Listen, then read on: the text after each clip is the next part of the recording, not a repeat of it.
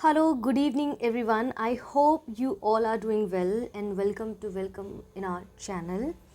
आप सबका मैं दिल से आज के इस वीडियो में स्वागत करती हूँ और आप सबसे आशा करती हूँ कि अभी तक जो भी वीडियोस आ रहे हैं आप उसको प्रॉपर देख रहे हैं और अगर नहीं देख रहे हैं तो बहुत गलत बात है। आपको टाइम से वो वीडियो देखना चाहिए क्योंकि ये वीडियोस आपके यूपीएससी की जो एक जर्नी है या फिर हम कह सकते हैं स्टेट पीसीएस की जो एक जर्नी है उसमें आपके लिए काफ़ी एक कड़ी के रूप में साबित होगा, एक कह सकते हैं ब्रिज का काम करेगा। तो इन वीडियोस को देखना बिल्कुल ना भूलें। हमारी वीडियोस को लाइक करें, चैनल को सब्सक्राइब करें और अपने दोस्तों के साथ ज़्यादा से ज़्यादा इसको शेयर करें। तो चलिए, आज हम यहाँ पर एक नए टॉपिक को लेकर उपस्थित हो गए हैं जिसमें हम आज यहाँ पर पॉवर्टी एंड डेवलपमेंटल इश्यूज़ के बारे में हम यहाँ पर बात करेंगे। इससे यूपीएससी में एक दो प्रश्न जो हैं आए हैं। हर एक साल एक प्रश्न या कुछ सालों में एक साल के बीच के अंतराल में एक प्रश्न पूछ लिया जाता है, तो हम इसको स्किप नहीं कर सकते। इन शॉर्ट इसको पढ़ने की कोशिश करेंगे। जहाँ से प्रश्न पूछा गया है मेनली हम उसी पे बात करेंगे आज, ठीक है। तो चलिए शुरू करते हैं।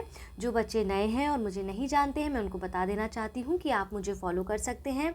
यहाँ पर मेरे बारे में काफ़ी कुछ आपको मिलेगा। यहाँ पर जितना भी मेरे द्वारा आज तक लेक्चर पढ़ाए जा चुके हैं वो सारे पीडीएफ इत्यादि या फिर वीडियो के लिंक्स आपको यहाँ पर अवेलेबल हो जाएंगे। कोई क्वेरी है तो आप मुझे इन दोनों सोशल मीडिया हैंडल पर पूछ सकते हैं, ठीक है। चलिए अब हम आगे बढ़ते हैं। देखिए, गरीबी क्या है। सबसे पहले किसी भी विषय के बारे में पढ़ने से पहले हमें ये जानना ज़रूरी होता है कि जो विषय हम पढ़ रहे हैं उसका मतलब क्या है। देखिए, गरीबी के कई सारे रूप है। हमने जाना कि भाई अच्छी शिक्षा न मिलना गरीबी के कारण, जनसंख्या वृद्धि जो है इसके पीछे भी एक गरीबी का एक बहुत बड़ा रोल प्ले होता है। ऐसे बहुत सारे कारण हैं, ठीक है। कुपोषण की बात होती है या फिर भुखमरी की बात होती है तो गरीबी उसमें आती है। तो गरीबी जैसा जो टर्म है वो सबसे कहीं ना कहीं कनेक्टेड होता है।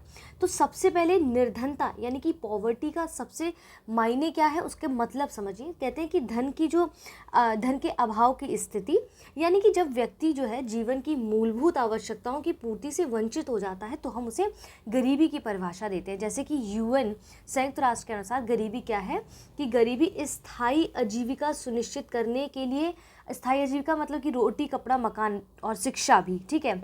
स्थायी आजीविका सुनिश्चित करने के लिए अपर्याप्त आय और उत्पादक संसाधनों से कहीं अधिक है। इसके संकेतकों में भूख, कुपोषण, शिक्षा, स्वास्थ्य देखभाल जैसी बुनियादी सेवाओं तक सीमित पहुंच होना और सामाजिक हाशियाकरण और भेदभाव और निर्णय लेने में भागीदारी की कमी शामिल है।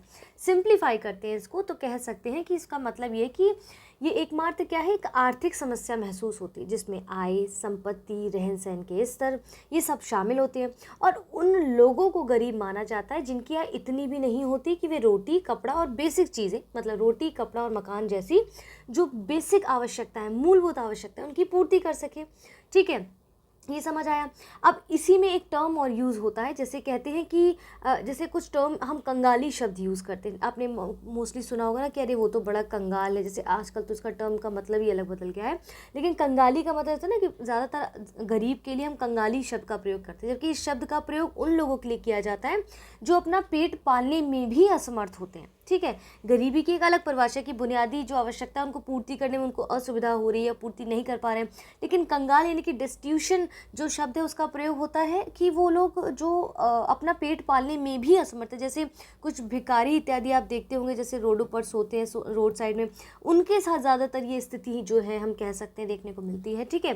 तो गरीबी आय और धन के संदर्भ में जो व्यक्ति के पास है और जो होनी चाहिए उसके बीच के अंतराल को प्रदर्शित करती है और इस प्रकार से ये वंचना की एक दशा को भी इंगित करती है, ठीक है। और इस दशा को हम क्या कहते हैं, स्वाभाविक रूप से गरीबी कहते हैं। यहाँ तक क्लियर है। अब देखिए, गरीबी भी ना दो प्रकार की होती है। जैसे अब आप जब इकोनॉमिक्स पढ़ेंगे ना, निरपेक्ष गरीबी पढ़ेंगे और उसमें पढ़ेंगे सापेक्ष गरीबी। क्या पढ़ेंगे, सापेक्षिक गरीबी और निरपेक्ष गरीबी, ठीक है। तो ये टर्म आपको वहाँ से भी क्लियर हो जाएगा। देखिए, बहुत से टॉपिक जैसे अब इंडियन सोसाइटी में तो ऐसे हमारा जनसंख्या का टॉपिक भी है, लेकिन जनसंख्या का टॉपिक आप ये ज्योग्राफी से भी अच्छे से कवर कर सकते हैं, ठीक है। इसके बाद आप इकोनॉमिक्स से भी अच्छे से कवर कर सकते हैं। तो इनसे ज़्यादा प्रश्न पूछे नहीं गए हैं तो आप वहाँ से भी इसको कवर कर सकते हैं, ठीक है। अब जैसे निरपेक्ष यानी कि एब्सोल्यूट पॉवर्टी क्या होती है, इसमें क्या होता है कि गरीबी को जब निश्चित मानदंडों के अंदर रखा जाता है तो उसे हम एब्सोल्यूट पॉवर्टी कहते हैं। यानी कि इसमें क्या क्या होता है, जैसे बुनियादी मानवीय आवश्यकताएं आती हैं, जैसे भोजन, स्वच्छ जल हो गया, स्वच्छता सुविधाएं होंगी, स्वास्थ्य हो गया, शिक्षा हो गई, ठीक है। तो ये सब क्या इनका अभाव होता है। ये केवल आय पर ही नहीं बल्कि सेवाओं की पहुंच पर भी निर्भर करती है। और इस तरह की गरीबी क्या कहलाती है, ज़्यादातर आपको क्या कहलाती है, निरपेक्ष गरीबी। और ये मुख्यतः आपको अविकसित देशों और विकासशील देशों में देखी जाती है। क्लियर है। अब सापेक्ष गरीबी क्या होती है, जिसको हम रिलेटिव पॉवर्टी कहते हैं। तो ये औसत व्यक्ति की तुलना में किसी व्यक्ति के कंज्यूमिंग या उसकी आय या संपत्ति के अभाव को हम सापेक्ष गरीबी कहते हैं। यानी कि ये तब देखने को मिलती है जब किसी देश का या फिर या क्षेत्र के किसी कुछ लोगों की आय या जीवन स्तर पर सामान्य लोगों से निम्न होता है। ठीक है, वो डिफरेंस मतलब कि कुछ जो रिच है वो बहुत रिच होते जा रहे हैं, जो गरीब है वो बहुत गरीब होते जा रहे हैं। ठीक है, तो ये निरपेक्ष गरीबी की तरह उतनी तेज़ नहीं होती, लेकिन ये काफ़ी गंभीर समस्या है। जिस समाज में पूर्ण समानता होती है उस समाज में सापेक्ष गरीबी नहीं होती है। लेकिन व्यवहार में विश्व में कहीं भी ऐसी स्थिति संभव नहीं है और हर विश्व के हर देश में सापेक्ष गरीबी पाई ही जाती है। ये डिफरेंस अमीरी गरीबी वाला तो देखने को मिलता ही है। ठीक है, अब इसके कुछ कारण, जैसे भारत में गरीबी नापने के कुछ तरीके भी हैं। इनको एक छोटा छोटा सा यहाँ समझ लेते हैं ताकि जब हम आगे बढ़े तो इन चीज़ों को समझ सकें। जैसे क्या होता है, गरीबी नापने के ना 2 टाइप होते हैं। इसको समझिए, गरीबी नापने के 2 टाइप होते हैं। ठीक है, जैसे पोषाहार के दृष्टिकोण से अगर देखें कि कितना किसको पोषण मिला, यानी कि न्यूनतम खाद्य जो आवश्यकताएं हैं उसके आधार पर नापा जाता है कि निर्धनता गरीबी का कितनी है। ठीक है, अब तुलनात्मक वंचन का दृष्टिकोण, इससे समझिए इसका कहने का मतलब क्या है इस टर्म का, कि इसमें एक वर्ग के कंपैरिजन में दूसरे वर्ग के में जो है गरीबी का मानदंड वंचन जो है ज़्यादा माना जाता है, गरीबी का मापदंड माना जाता है। और किसी देश या समाज में वही से आपकी सापेक्ष गरीबी या आर्थिक विषमता की स्थिति को दर्शाता है। तो पोषाहार दृष्टिकोण और देखते हैं कि कौन ज़्यादा गरीब है, यानी कि सापेक्ष गरीबी की बात करते हैं। तो 2 तरीके से गरीबी भारत में मापी जाती है। क्लियर है। इसके लिए कुछ समितियां भी लाई गई, जैसे सी रंगराजन समिति हो गया, ठीक है, रघुराजन समिति हो गया। तो इसको इतना डेप्थ में जाने की ज़रूरत नहीं है, ये आप इकोनॉमिक्स में ये सब समितियां आप कवर कर सकते हैं। अब प्रॉब्लम ये है कि जानना है कि एक सामाजिक मतलब गरीबी एक सामाजिक समस्या के रूप में कैसे उभर के आ रही है। जैसे कि पारिवारिक मुद्दे, आप देखते हैं कि अपनी परिस्थितियों के कारण गरीब परिवार क्या है, ज़्यादातर तनाव का अनुभव करते हैं। भाई जब पैसा नहीं होगा, खाने को चीज़ें नहीं होंगी, घर में विकास की चीज़ें नहीं हो पा रही, विकास तो छोड़िए, नॉर्मल बेसिक रोटी कपड़ा मकान की चीज़ें नहीं हो पा रही, तो पारिवारिक मुद्दे कहीं ना कहीं गरीबी परिवार अतिरिक्त तनाव का अनुभव करते हैं और विकास पर ध्यान केंद्रित करने में सक्षम नहीं हो पाते। जब एक भूखा व्यक्ति सोएगा तो क्या वो विकास के बारे में सोच पाएगा। ठीक है, स्वास्थ्य, बीमारी, चिकित्सा देखभाल, तो खराब गुणवत्ता वाली चिकित्सा देखभाल प्राप्त करने के साथ साथ गरीबों को विभिन्न प्रकार की स्वास्थ्य समस्याओं का सामना करना पड़ता है, जैसे कि जल्दी वयस्क मृत्यु, मानसिक बीमारी, शिशु मृत्यु दर। तो जब आप खा पी नहीं पा रहे हैं, जब गरीब है, गरीब क्या ना बाप बड़ा ना भैया, सबसे बड़ा रुपया। तो जब रुपया ही नहीं है तो गरीबी है, तो गरीबी है तो भुखमरी तो होगी ना, भुखमरी होगी तो कहाँ से आप शिक्षा लेंगे, क्या आप आगे की चीज़ें करेंगे, ना अच्छा स्वास्थ्य होगा, ना अच्छा वेलबींग होगा। तो जब एसडीजी आपने पढ़ा होगा तो इसमें ये सारी चीज़ें मैंने समझाई हैं बहुत अच्छे से, नहीं देखा है तो उस वीडियो को जाके देखिए। यहाँ पर निरक्षरता, ठीक है, गरीबी के कारण आप जब बेसिक नीड्स पूरी नहीं कर पा रहे तो बच्चों की शिक्षा में तो कमी देखने को मिलेगी, निरक्षरता तो मिलेगी, तो कहीं ना कहीं जिससे आने वाली पीढ़ियों में गरीबी का चक्र बना ही रहता है। एक अच्छी शिक्षा एक अच्छे व्यवहार को तय करती है और अच्छा व्यवहार जब तय होता है तो अच्छा जीवन स्तर तय होता है, उससे गरीबी के स्तर में भी कमी आती है, क्योंकि आप शिक्षा के द्वारा आगे नौकरी करते हैं, 10 चीज़ें करते हैं, लेकिन गरीबी कहीं ना कहीं निरक्षरता को बहुत ज़्यादा बढ़ावा देती है। ठीक है, क्योंकि जब पैसा ही नहीं होता तो इंसान इन्वेस्ट करना ही नहीं चाहता। जैसे भ्रूण हत्या भी कहीं ना कहीं हम देखते हैं गरीबी का एक बहुत बड़ा एक रोल प्ले करती है, गरीबी बहुत बड़ा उसका रोल प्ले करती है। या फिर हम देखते हैं दहेज प्रथा, ठीक है, इसके बाद घरेलू हिंसा, ये सब चीज़ें भी गरीबी जो है इन पर प्रभाव डालती है। आवास की कमी, आप देखते हैं बहुत से परिवार ऐसे हैं जो अपना ज़्यादा खर्चा किराए पे भी कर देते हैं। ठीक है, और ज़्यादातर देखते हैं कि वो रोड साइड पे भी जो भिक्षुक होते हैं वो रोड साइड पे अपना जीवन या शेल्टर्स में अपना जीवन व्यतीत करते हैं। तो गवर्नमेंट भी उनके लिए कुछ आवास योजनाएं लेकर आती है, लेकिन वो भरपूर इस्तेमाल उनका नहीं हो पाता। कुछ जो दिग्गज लोग हैं उनका वर्चस्व वहाँ पर स्थापित हो जाता है, जिसके कारण उनको सही कहते हैं सही व्यक्ति तक ये लाभ नहीं पहुँच पाता है। ठीक है, उच्च अपराध, भाई गरीबी होगी जब खाने को कुछ नहीं होगा। जैसे कोविड-19 के टाइम में आपने देखा होगा, देखिए कोविड-19 से संबंधित एक प्रश्न भी आया गरीबी को लेकर। ठीक है, तो कोविड-19 के टाइम पे आपने बहुत केसेस सुने होंगे कि भाई एक ट्रक से भरा गेहूं जा रहा था या खाना जा रहा था, लोगों ने उसे लूट लिया, ये कर लिया। ये कभी सुना है? बहुत साल पहले ऐसी चीज़ें सुनी होंगी, लेकिन कोविड-19 के दौरान इंसान इतना ज़्यादा असहाय हो गया आर्थिक रूप से कि वो ये सब करने पे मजबूर हो गया। मैंने ऐसे-ऐसे लोगों को देखा है जो बहुत अच्छी शॉप चलाते थे, लेकिन कोविड-19 के दौरान उन्होंने रेहड़ी लगा के सब्जियाँ बेचना शुरू किया है। तो अच्छी चीज़ भी है कि एटलीस्ट उन्होंने अपने आप को स्टेबल करने के लिए उस पैंडेमिक में उन्होंने एक अच्छा काम शुरू किया। आई मीन कि उन्होंने चोरी चकारी ना करके ये काम पकड़ना शुरू किया, लेकिन उससे अपराध बहुत बढ़े, और अपराध जो है इसका बड़ा हिस्सा गरीब लोगों में ज़्यादातर देखने को मिलता है, या जो पीड़ित होते हैं उनका बड़ा हिस्सा आपको इसमें लिप्त दिखाई देखने को मिलता है। तो गरीबी कैसे आप देखेंगे देश के हर कोने में, समाज के हर कोने में आपको देखने को मिलेगी। और गरीबी के आस्पेक्ट आपको मात्र ये नहीं कि जो झुग्गी झोपड़ियों में रहते हैं या फिर इस तरह से रहते हैं उनके बीच में ही है, अपराध के कई सारे कारण हैं, ठीक है, जिसमें से गरीबी एक कारण। तो वो एस्पेक्ट हम उससे कनेक्ट नहीं कर सकते कि सिर्फ जो बहुत ही ज़्यादा निम्न तबके में रह रहे हैं वही जो है अपराध की श्रेणी के अंतर्गत है। अपराध के बहुत सारे स्वरूप है जो उच्च श्रेणियों के अंतर्गत भी देखने को मिलते हैं, बट यहाँ गरीबी उसका एक बहुत बड़ा एस्पेक्ट है, ठीक है।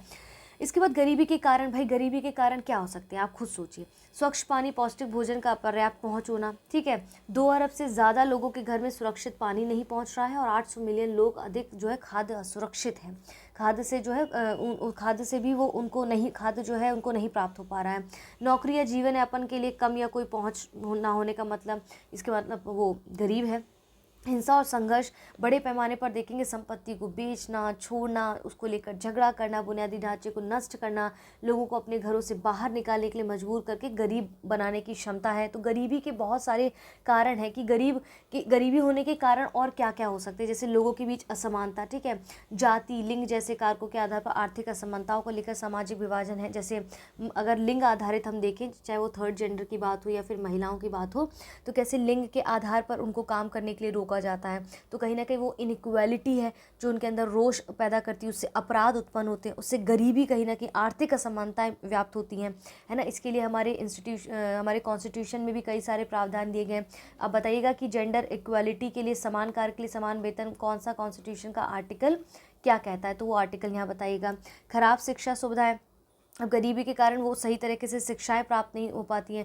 अधिक गरीबों के पास जो औपचारिक शिक्षा सुविधा का अभाव रहता है। यूनेस्को के अनुसार 171 मिलियन लोगों को अत्यधिक गरीबी से बचाया जा सकता है अगर वो अल्प विकसित पठन क्षमताओं के साथ हाई स्कूल से स्नातक होते हैं तो, ठीक है। यानी कि खराब शिक्षा सुविधाएं भी कहीं ना कहीं गरीबी को जन्म देती हैं। जैसे बहुत से बार होता है कि आप स्कूल में जाते हैं, अगर आप गरीब हैं और एक उच्च कुल का व्यक्ति, या माफ़ी चाहती हूँ, या फिर एक हायर इकोनॉमिकली बहुत ज़्यादा, वो फाइनेंशियली बहुत अच्छा है, तो कहीं ना कहीं उसको वो प्रताड़ित करते हैं, तो तेरा पिता तो ये करते हैं, तुम्हारे पिता जो ये करते हैं, तो इस तरह से उनको इंडिकेट किया जाता है और कहीं ना कहीं उनको प्रताड़ित किया जाता है। तो उनको गरीब होने का एहसास कराया जाता है। एक होता है गरीब होना, एक होता है गरीबी का एहसास कराना। तो उस बच्चे को गरीबी का एहसास कराया जाता है। सोचिए, जब बचपन में उसके दिल में इस तरह की चीज़ें डाली जाएंगी तो बड़े होकर कौन सा वो बड़ा काम करेगा, डिपेंड करता है ना वो क्या चूज़ करता है, लेकिन कहीं ना कहीं वो अपराध में जाने की स्थिति में आ जाता है, ठीक है। तो गरीबी के बहुत सारे कारण, ये सारे कारण जो है वो गरीबी को जो है, गरीबी और अपराध के बीच में बहुत ज़्यादा घनिष्ठ संबंध भी देखा गया है, ठीक है। तो गरीबी के कई सारे कारण होते हैं, जैसे हमने कुछ कारणों को देखा, सामाजिक इंडिविजुअल भी होता है, कुछ कारण जो है जो सोशल स्ट्रक्चर भी कारण देखने को मिलते हैं, इकोनॉमिकली रीज़न भी होते हैं, जैसे कि अपर्याप्त विकास हो गया, मुद्रास्फीति का दबाव हो गया, या पूंजी का अभाव हो गया, ठीक है, श्रमिकों में कार्यकुशलता की कमी हो गया, बेरोजगारी हो गया। तो ये सब क्या है, भारत में गरीबी के मुख्य कारण है। आज़ादी के बाद शुरू के 4 दशकों में आपने देखा होगा कि भारत की जो औसत विकास दर थी वो 3.5% रही है, और ग्लोबलाइजेशन के दौर में आर्थिक समृद्धि दर बढ़ी है, लेकिन इसकी प्रक्रिया थोड़ी सी समान नहीं है उतनी, ठीक है, समावेशी, एक्सक्लूसिव नहीं है। तो भूमंडलीकरण और गरीबी का भी एक संबंध है जिसको अभी हम आगे समझेंगे। राजनीतिक कारण भी है इसके, ठीक है, सामाजिक कारण भी है इसके गरीबी के। अब जैसे गरीबी से संबंधित कुछ कॉन्स्टिट्यूशन प्रोविजन दिए गए, जैसे हमारी प्रस्तावना क्या कहती है, प्रस्तावना पढ़ेंगे तो देखिए उसमें लिखा है सामाजिक न्याय सुनिश्चित करना, ठीक है, व्यक्ति की गरिमा सुनिश्चित करना। तो ये लाइन्स आपको इसका अर्थ में जाने की जरूरत नहीं है, आप इसको वहाँ डिकोड कर सकते हैं अपनी आंसर राइटिंग में, ठीक है। आर्टिकल 16 क्या कहता है, राज्य के अधीन किसी भी कार्यालय में रोजगार या नियुक्ति से संबंधित मामलों में सभी नागरिकों के लिए अवसर की समानता होगी। कुछ यहाँ पर आर्टिकल्स दिए गए जिनको आप यहाँ पर पढ़ सकते हैं और अपनी आंसर राइटिंग में भले ही इसके अंदर लिखे ना लिखें, पर इसके अंदर जब आपसे बात की जाए गरीबी को लेकर, ठीक है, गरीबी को लेकर बात की जाए तो आप इन आर्टिकल्स को अपनी आंसर राइटिंग में डाल सकते हैं। ये आपके फंडामेंटल राइट्स हैं, ठीक है। इसके बाद यहाँ पर आप देखेंगे जैसे कि आपके कुछ डीपीएसपीज़ भी हैं, तो डीपीएसपीज़ आपके क्या कहते हैं, देखिए यहाँ पर आर्टिकल 39 की बात करते हैं, आर्टिकल 41 क्या कहता है, कई मामलों में काम की सुरक्षा, शिक्षा, सार्वजनिक सहायता, ये सब चीज़ें जब एक व्यक्ति को प्राप्त होंगी, उसको इस चीज़ में सुरक्षा उपलब्ध कराई जाएगी, तो कहीं ना कहीं वो इस चीज़ से उभर कर बाहर निकलेगा ना। हर बच्चे को 14 वर्ष की आयु तक निःशुल्क शिक्षा, अनिवार्य शिक्षा, जब ये चीज़ें होंगी तो गरीब व्यक्ति क्यों नहीं पढ़ाना चाहेगा। ठीक है, अनुसूचित जाति, अनुसूचित जनजाति और जो कमज़ोर वर्ग है उनके लिए शैक्षिक और आर्थिक हितों को बढ़ावा देना। ठीक है, तो इस तरह की चीज़ें जो आर्टिकल्स आपको दिए गए, तो ये पहले से ही अपनी आंसर राइटिंग में आप पहले से ही जो है नोट करके रख सकते हैं, और इनका एक नोट्स बना के रखिए कि भाई जब इस तरह का प्रश्न आएगा तो हम उसमें ये डाल देंगे। ठीक है, अब जैसे मैंने आपको SDGs पढ़ाए हुए, ठीक है, सस्टेनेबल डेवलपमेंट गोल्स जो 17 पढ़ाए, उसमें कैसे बताया था आपको कि यानी कि सस्टेनेबल डेवलपमेंट गोल्स को डालने का उद्देश्य क्या था कि भाई सबसे पहले कहाँ से शुरू किया, उन्हें आर्थिक स्थिति से शुरू किया कि नो पॉवर्टी, भाई कोई गरीब नहीं होगा।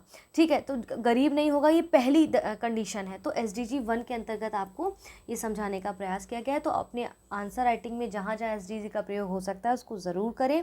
इसका वीडियो आपको मिल चुका है मेरे चैनल पर, वहाँ पर जाके SDGs देख सकते हैं आप। ठीक है, आगे की रास्ते क्या हो सकते हैं, मतलब आगे हम कैसे गरीबी को कम कर सकते हैं।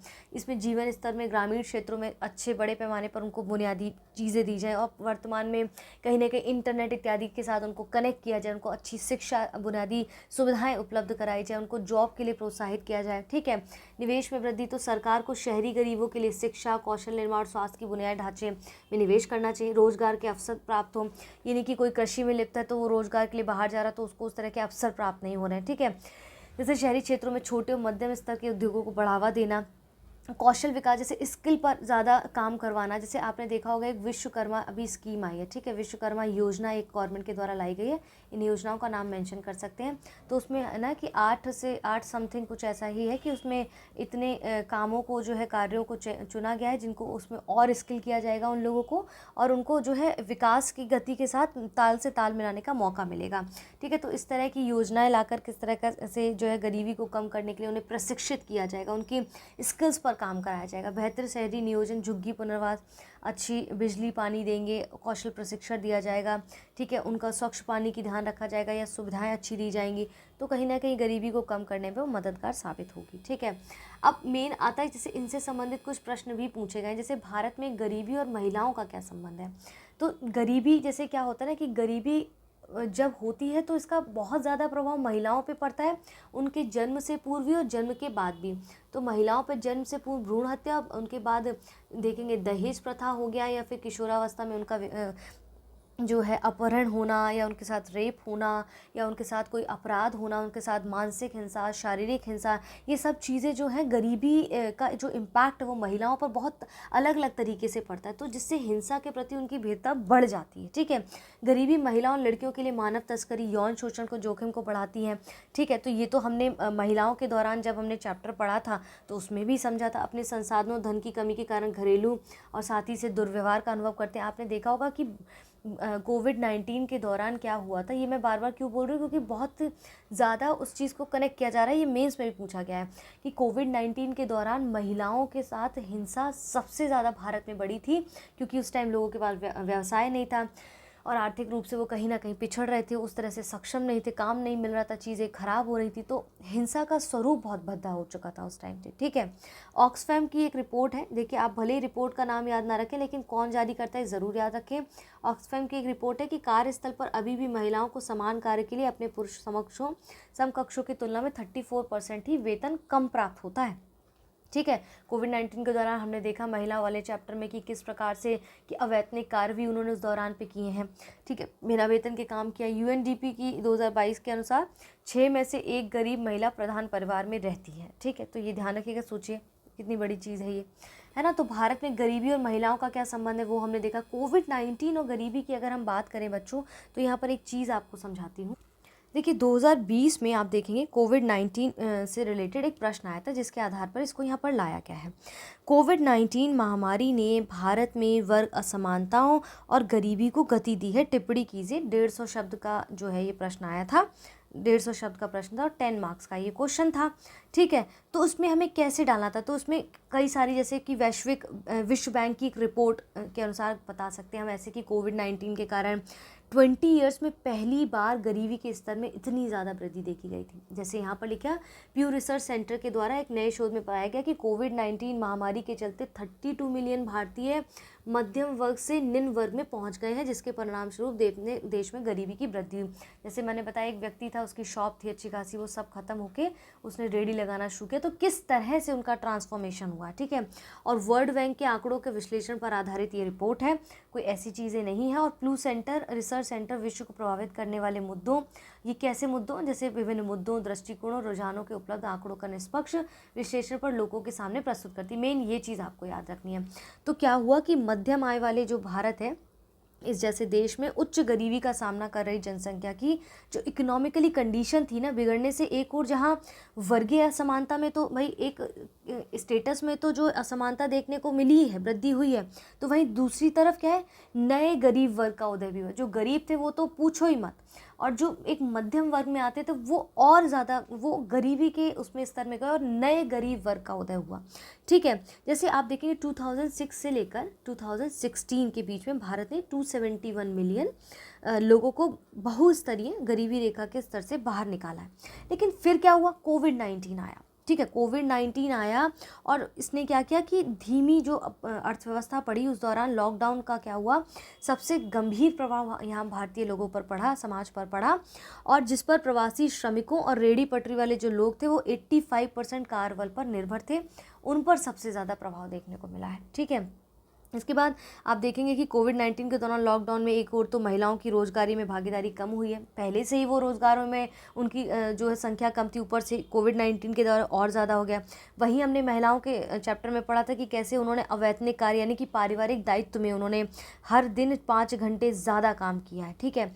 और इस तरह इस दौरान क्या हुआ कि डिजिटल माध्यम से क्या हुआ, शिक्षा का प्रचलन बढ़ा। लेकिन एक पॉजिटिव एस्पेक्ट था कि कैसे डिजिटल शिक्षा का इस दौरान काफ़ी कल्चर आया। वहीं से तो प्रश्न बना है कि पारिवारिक जो है संरचना पर वर्क फ्रॉम होम का क्या कल्चर का क्या प्रभाव पड़ता है। तो डिजिटल शिक्षा का एक पॉजिटिव प्रभाव पड़ा, वहाँ पर प्रचलन आया। लेकिन देश में मात्र 25% परिवारों के पास ही उस वक्त इंटरनेट कनेक्टिविटी थी, ठीक है। अब इंटरनेट कनेक्शन, डिजिटल के लिए इंटरनेट कनेक्शन चाहिए, तो अब बताइए कोविड-19 के दौरान पे जब वहाँ पर खाने को पैसा नहीं है तो क्या वो रिचार्ज कराएंगे, है ना।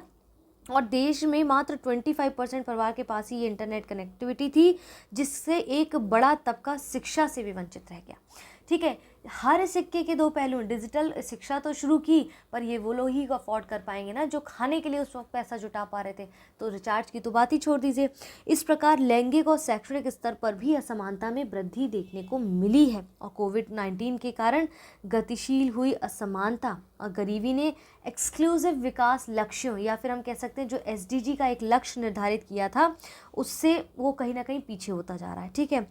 इसके बाद आप देखेंगे इससे निपटने के लिए PM स्वनिधि, PM ई-विद्या, दीक्षा, गरीब कल्याण योजना और आत्मनिर्भर भारत जैसे कार्यक्रम भी शुरू किए गए, जिनको आप यहाँ पर देख सकते हैं, ठीक है। इनके नाम इस तरह से मेंशन कर दीजिएगा अपने आंसर राइटिंग में। तो यहाँ पर देखिए दिया गया ना, वैश्विक आबादी के लगभग 1/3 लोग भारत और चीन में रहते हैं, और समथिंग लाइक दैट, ऐसे आंकड़े यहाँ पर दिए गए। और कैसे SDG जो है उसमें पीछे भाई ऑब्वियसली बात है, हमारा लक्ष्य 2030 तक इसकी प्राप्ति का। इस तरह की महामारी कोविड-19 जैसी महामारी अगर बीच में आ जाएगी तो वहाँ पर क्या गरीबी, क्या शिक्षा, क्या लैंगिक समानता, क्या वेलबींग की बात करेंगे हम, क्या विकास की बात करेंगे हम। उस वक्त तो ये कि इंसान जीवन जीने के लिए सर्वाइव कर ले, यही बहुत बड़ी बात थी, ठीक है। तो ये सारी चीज़ें। अब गरीबी के प्रभाव हम देखते हैं क्या क्या यहाँ पर हैं। गरीबी के क्या प्रभाव हो सकते हैं भाई, जैसे गरीबी के कारण क्या क्या हैं, वैसे गरीबी के प्रभाव हैं। क्या प्रभाव, हिंसा, भाई अपराध ज़्यादा बढ़ने लगे, तो जो लोग गरीब होंगे, बेरोजगार होंगे, हाशिए पर। अब सोचिए जो एक पढ़ा लिखा व्यक्ति है, मान लीजिए अगर वो बेरोजगार है, ठीक है, वो गरीब है, इस टाइम बेरोजगार है, गरीब है, तो क्या वो बहुत अच्छे नेक काम करने की कोशिश करेगा भाई, उसके अंदर इतनी हिंसा की भावना उत्पन्न होगी, वो अपराध की ओर बढ़ेगा ना। इसके बाद बेघर होना, भीख मांगना, तो ये सब भी कहीं ना कहीं इसका भी एक नेगेटिव, गरीबी का एक नेगेटिव इम्पैक्ट ये भी तो बेघर लोग हैं, रात को सड़कों पर घूम रहे हैं, ठीक है। महिलाओं बच्चों के लिए असुरक्षित बनाता है। अब देखते हो कि कितने सारे रेप केसेस ऐसे देखने को मिलते हैं, जो ज़्यादा प्रेशर गरीबी कहीं ना कहीं प्रेशर को जन्म देती, तभी तो कोविड-19 में प्रेशर से हिंसा के बहुत सारे केसेस हमारे देश में आए। ठीक है, बहुत अधिक तनाव से ग्रस्त रहते हैं, इसके कारण व्यक्तियों में जो प्रोडक्टिविटी है वो कम हो जाती है। जब हर वक्त आप टेंशन में रहोगे तो आप गलत कामों के प्रति तो अग्रसर होगे ही। ठीक है, बाल श्रम की बात कीजिए, जैसे देखा महिलाओं पर गरीबी का क्या प्रभाव पड़ता है, वैसे बाल श्रम जो है, अब देखिए गरीब व्यक्ति है, अब पहले क्या होता था कि ज़्यादा से ज़्यादा बच्चे पैदा करने की प्रोडक्टिविटी पे ध्यान दिया जाता था। क्यों? उनको लगता था जितने हाथ होंगे उतने काम होंगे और उतनी आर्थिक स्थिति में हमें मदद मिलेगी। तो बाल श्रम जो है, गरीब लोग गरीबी के कारण अपने बच्चों को शिक्षा की बजाय काम पर भेजने लगते हैं, और कम आय वाले परिवारों के बच्चे औसत पैसा तभी कमाना शुरू कर देते हैं जब वो मात्र 6 साल के होते हैं। तो बहुत बड़ा एक प्रश्न है ये। आतंकवादी गतिविधियां, तो इसमें क्या ही कहा जाए। ठीक है, इसके बाद अर्थव्यवस्था पर क्या प्रभाव पड़ता है गरीबी का। गरीबी अर्थव्यवस्था की सफलता के सीधे अनुपातिक है। गरीबी में रहने वाले लोगों की संख्या का अनुपात को दर्शाता है और अर्थव्यवस्था कितनी शक्तिशाली है ये भी दिखाता है। अर्थव्यवस्था पर प्रभाव इस तरह से असमानता से भी देख सकते हैं कि गरीब व्यक्ति के घर में भाई महिलाओं को जो है एक निम्न स्तर के काम के लिए चुना जाता है, या फिर कह सकते हैं बहुत बार ऐसा देखा गया है कि मतलब कुछ गरीब परिवार, सबकी बात नहीं करें, कुछ ऐसे हैं जो अपनी महिलाओं को जो है उन कार्यों में, जैसे प्रोस्टिट्यूशन के वर्क में जो है लिप्त कर देते ताकि पैसा आए और वो घर पे बैठ के खा सकें या घर को चला सकें। तो प्रोस्टिट्यूशन वर्क को कराने के भी ना कई सारे कारण हैं। कुछ अब मैंने 3 कारण बताए थे, जाके महिला वाले चैप्टर में देखिएगा और उनको यहाँ पर लिख के बताइएगा क्या क्या कारण है। बाल विवाह, अब जैसे गरीबी, उनको लगता है क्या बच्चियों को पढ़ाना, क्यों पढ़ाना, भाई वो पैदा हो गई वही उनके लिए बोझ है, तो जल्द से जल्द इनकी शादी करा दी जाए और जो है शादी करा के निपटाया जाए, पढ़ाने वढ़ाने का टेंशन ही खत्म। ठीक है, तो बहुत जल्दी माँ बन जाती हैं, जिसके कारण उनके स्वास्थ्य पर बहुत कुप्रभाव पड़ता है, वो चिड़चिड़ी होती हैं। जब एक चिड़चिड़ी माँ, एक ना समझ लड़की, बच्ची अगर माँ बनती है तो क्या उसके आने वाली पीढ़ी पर प्रभाव पड़ेगा, इसका अंदाज़ा हम लगा सकते हैं। ठीक है, और ऐसे समय पे बहुत बार ये भी होता है कि बच्चे जन्म से पहले ही उनको जो है पोषण प्रॉपर नहीं मिलता, वो मर जाते हैं। और अध्ययनों से पता चलता है कि अमीर लड़कियों की तुलना में गरीब लड़कियों की बचपन में शादी करने की संभावना 2.5 गुना ज़्यादा होती है। और कुपोषण के मामलों में भारत शीर्ष पर है, 200 मिलियन से अधिक लोगों को पर्याप्त भोजन नहीं मिल पाता है, जिससे 61 मिलियन बच्चे इसमें शामिल रहते हैं। ठीक है, तो ये छोटा सा टॉपिक था जिसको यहाँ पर लाने का बस इतना मकसद था कि एटलीस्ट आप चीज़ों को समझिए। अब जब हम ग्लोबलाइजेशन का टॉपिक पढ़ेंगे तब हम उसमें गरीबी को कनेक्ट करने की कोशिश करेंगे। यहाँ पर मेन चीज़ें बताई गई हैं जो यूपीएससी में मेंस में पूछी गई हैं आपसे। तो ठीक है, एक प्रश्न है 2020 का, चलिए मैं बोल रही हूँ उसे लिखिए, अभी मैंने समझाने की कोशिश की है, उससे संबंधित यहाँ पर लिखा भी है, लिखिए। चलिए, कोविड-19 महामारी ने भारत में वर्ग असमानताओं एवं गरीबी को गति दी है। टिप्पणी कीजिए। 150 शब्दों का प्रश्न है ये और 10 मार्क्स का है, तो मैं इसमें आपको मार्क्स भी दूंगी मेरे टेलीग्राम चैनल पर। इसको लिख के ज़रूर मुझे दीजिए, मैं चेक करूंगी, मार्क्स दूंगी, जिसके अच्छे मार्क्स आएंगे उसे मैं कॉपी को अपलोड भी करूंगी। ठीक है, तो यहाँ पर मुझे अपनी आंसर राइटिंग भेजिए और मुझे इंतज़ार है, और वीडियोज़ को देखा करिए। मुझे नहीं समझ आ रहा, जब मैंने पूछा था कि इंडियन सोसाइटी शुरू करनी है तो बहुत से बोर्ड्स आए थे, हाँ मैम पढ़ेंगे पढ़ेंगे, और अब व्यूज़ क्या आ रहे हैं, इतने कम व्यूज़ आ रहे हैं। आप लोग देख ही नहीं रहे हैं चीज़ों को, देखेंगे नहीं, सही जगह तक पहुँचाएंगे नहीं तो कैसे समझने में मज़ा आएगा। मुझे भी पढ़ाने में मोटिवेशन मिलेगा ना जब आप मुझे सहयोग देंगे, है ना। ये सब मेरे लिए नहीं है, आप लोगों के लिए शुरू किया गया है, तो आपका समर्थन तो अनिवार्य होना चाहिए, है ना। तो चलिए, फिलहाल के लिए आज की इस वीडियो में इतना ही। जल्द मिलेंगे एक और नए टॉपिक के साथ, तब तक के लिए धन्यवाद। अपना ध्यान रखें, अपनों का ध्यान रखें। जय हिंद, जय भारत।